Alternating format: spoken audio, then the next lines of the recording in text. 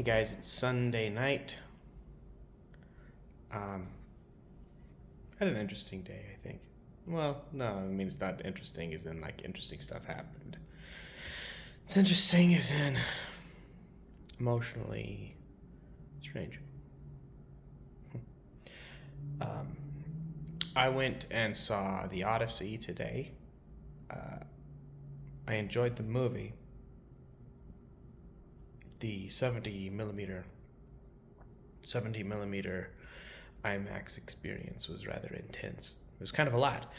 Um, Overall enjoyable. I'll see the next movie that comes out in that format too. I think it's gonna be Dune Part 3. I never saw Dune Part 2. I kept wanting to watch it with Gabby and waiting for her to be available or ready. And it took so long that I thought maybe we should rewatch Dune Part 1 because I don't really remember what happened. And then it never happened. So I guess at some point I'm going to watch those myself and then Dune Part 3.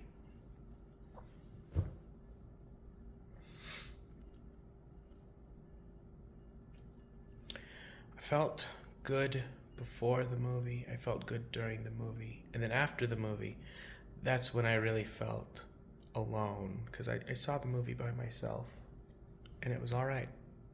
I didn't feel lonely while it was happening.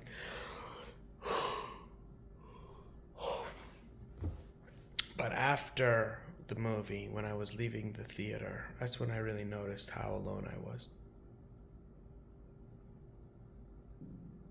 And I was kind of sad. I called my mom and just talked to her. I didn't tell her, that I was sad or lonely. I just talked to her while I waited for the train. It was okay. And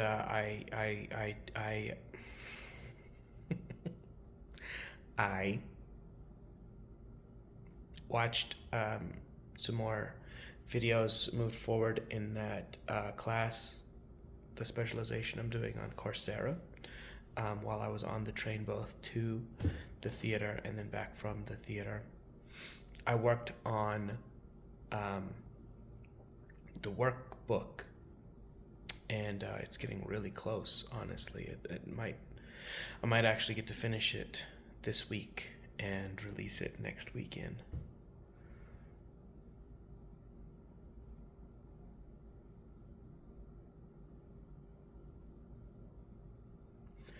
So and today I read a lot today about what's called continuing bonds, and this is a bereavement theory. So it's a theory of how people grieve that's really kind of designed for when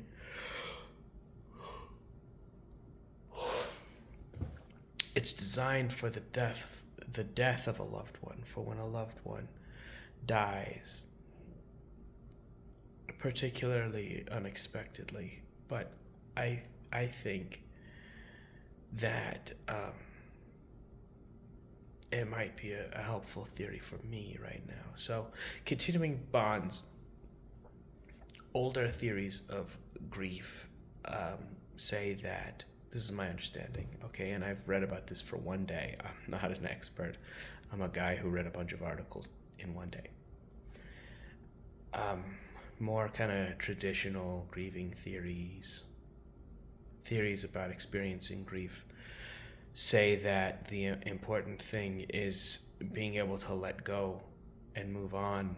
But continuing bonds, which is from the 1990s, I believe, um, actually says that it can be a healthy and helpful thing for people to maintain bonds with the person who is no longer with us. And what that means can be feeling their presence, thinking about their presence, maintaining rituals that they'd had with that person, and just thinking about them, um, considering the person even though the person is no longer there. And that can be healthy. It can be a bit of a double-edged sword, because if that continuing bond, if that continuing bond helps you maintain a sense of life stability, then it can be very helpful. But if it starts becoming, there are times when it can be maladaptive, when the continuing bond can start preventing you from making new connections, or having new experiences. And if it goes that direction, then the continuing bond can actually be unhealthy.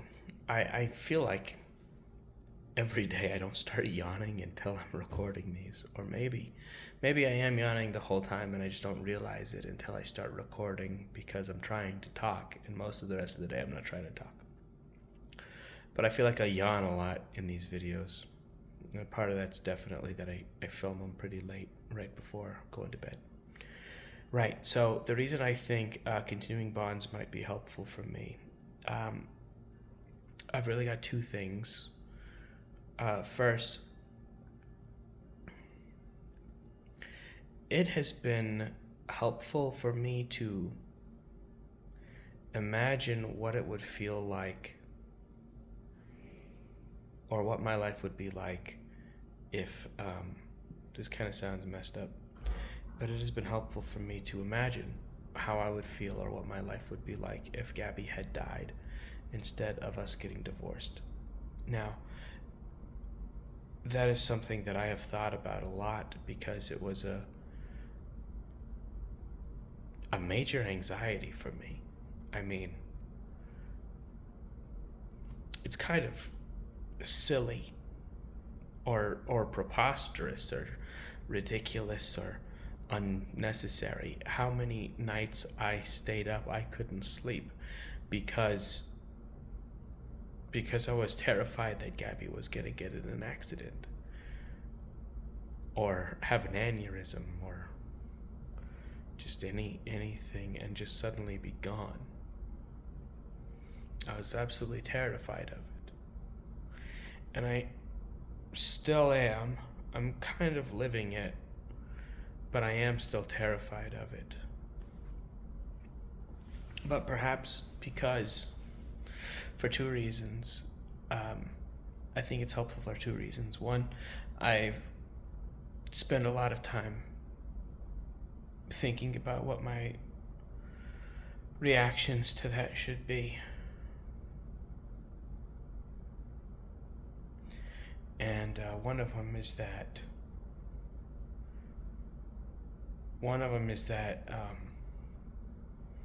I would have to eventually be okay, because if Gabby had died, I know that she would want that for me.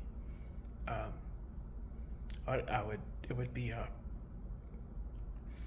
promise to her.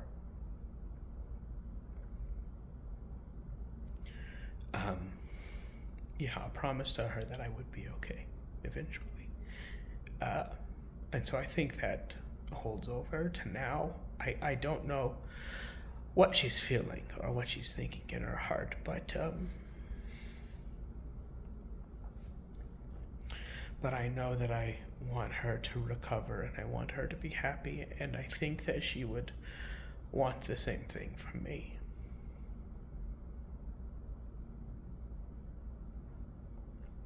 So, yeah, that's part one of why I think that's helpful. And then part two is that one of the difficulties right now is being separated from her. I mean, like, physically separated.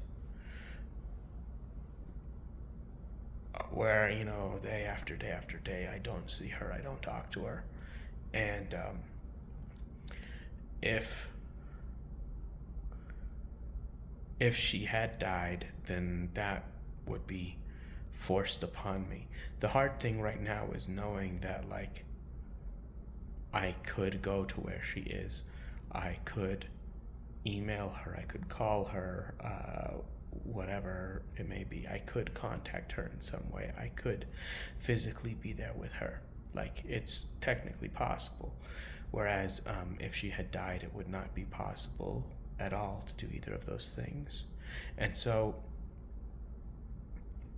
it's a little helpful for me to think about what I would be doing and feeling and experiencing if she had died, because it kind of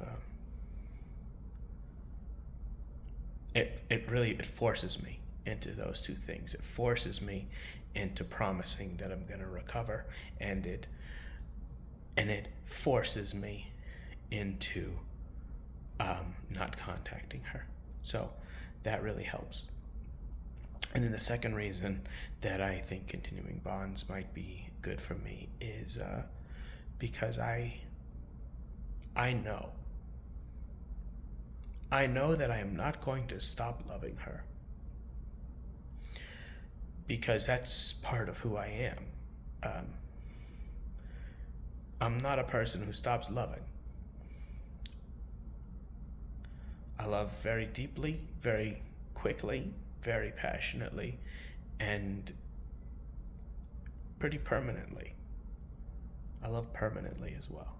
I told Gabby many times throughout our relationship, I promised her that I would always love her, and I absolutely meant it. This is a love that does not go away. It does not end. It will always be there. It will always be a part of who I am. I mean, if I go back through my history, I still love everybody I've ever loved. And I mean, we can go back to crushes that I had in middle school, and I still feel those when I think about them. Crushes I had in middle school, infatuations I had in high school, previous relationships, Gabby herself. It's all still there. It's all still strong. I still feel it.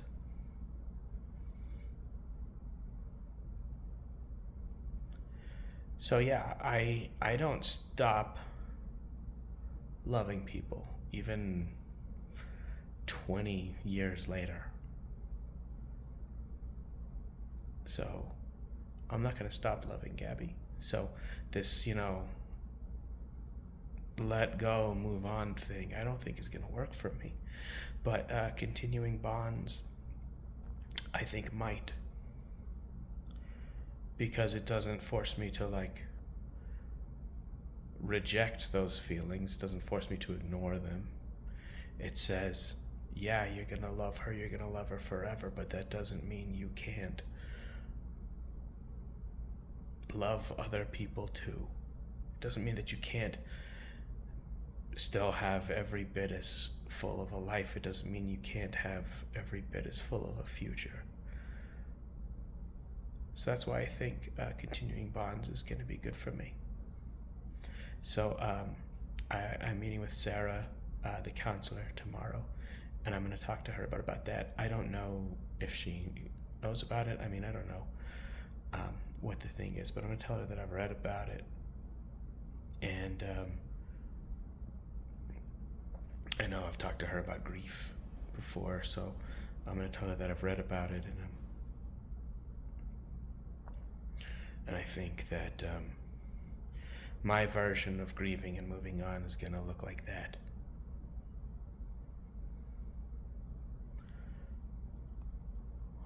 All right, let's run down a purpose list for today. Yep. What made me feel purposeful today? Working on the Working on the workbook, I like that I am close to being, um, I think I'm pretty close to being finished with it. And I like that. I think it's going to be really helpful. I also, um, a lot happened on LinkedIn today. Yesterday, I replied to like 30 days worth of messages. But today, I think it was today, I commented. Somebody made a post. Somebody I don't know made a post about accepting connections from unemployed people and not judging your connections based on their job title. And I commented on that about how on LinkedIn I accept every connection request. I reply to almost every email. And when I know that somebody um, is unemployed, I typically um, invite them to do a Zoom chat so we can talk about opportunities, we can talk about their job search, and see if there's anything I can do to help them with that job search. And I said, I behave that way because I've been through some really tough times of unemployment myself. Two of the hardest times of my life were in long-term unemployment. Starting my data science career was incredibly difficult. It took over a year. And during that time, I reached out to hundreds of people and did a ton of informational interviews and everything. And during that time, I was extremely anxious and hopeless and felt valueless, and I was depressed and even very much suicidal. Um, Suicidal enough that Gabby called the police several times, I think, during that year to have them check on me. I was not hospitalized at that time, but I mean, the police officer could have made a different call and they probably would have been justified. So in any case, I know how hard it can be. I know how, the emotional toll that the job search can have on people. And I also know that just having even one supportive person can really make all the difference. So anything that I can do to help people, I want to do. So I made that comment, and it got a bunch of likes and a bunch of connection requests. I probably had 30 to 50 connection requests today. Interestingly, only maybe 3 actual messages coming from that, but it was just a ton of connection requests. And that, for whatever reason, that makes me feel very purposeful. Knowing that, it makes it feel like the things that I do are actually helpful in some way. A lot of the time, even with my help, people will still be unemployed for months, and there's very little that I can actually do other than offer tips, make introductions, and really just be a cheerleader, be there for them, follow up and everything. It's not a lot I can do, but getting a ton of likes and a ton of requests and a few people openly applauding my take on the situation, that really helps me feel like what I'm doing actually matters.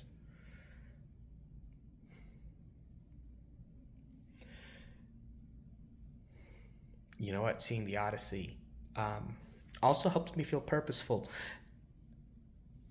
I really like film. I think it's a great art form, and I'd like to be part of it in some way. And seeing the Odyssey really kind of it reignited that. I don't, I don't think I'm gonna be a movie star or a Christopher Nolan or something, but it kind of reignited for me the idea that I could make a movie, not on that scale, but something much simpler. I think I could write it. I think I could, yeah, make it. I could at least certainly study it. So that's kind of another bit of a project based purpose, I guess. Project based. So I've got those things. What's going to make me feel purposeful tomorrow? Tomorrow, purpose tomorrow. Oof, I'm going to take a big step forward in a project at work tomorrow. That's going to help me feel purposeful. I'm also going to,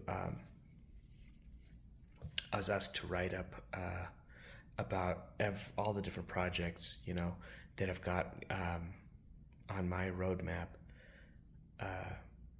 And what they are and why they matter and everything. And I'm going to write that up. Probably won't finish that tomorrow, but I'm going to work on it. And I think that some of the stuff that I'm doing at work, I kind of feel like I am taking ownership of a lot of things. And that feeling of ownership is very purposeful for me. So I think that helps a lot. And then tomorrow evening, I'm going to go to an improv class. It's a makeup class because I missed last Tuesday. And I enjoy performing, and I want to get better at it, and I want to do it more often. And I also really like all of the people that I am kind of, meeting and getting connected to through it. So I think that's going to help me feel purposeful as well.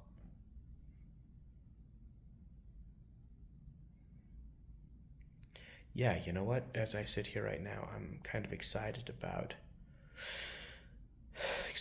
tomorrow, which is fantastic. All right, I will let you guys know how it went tomorrow evening. I'll see you.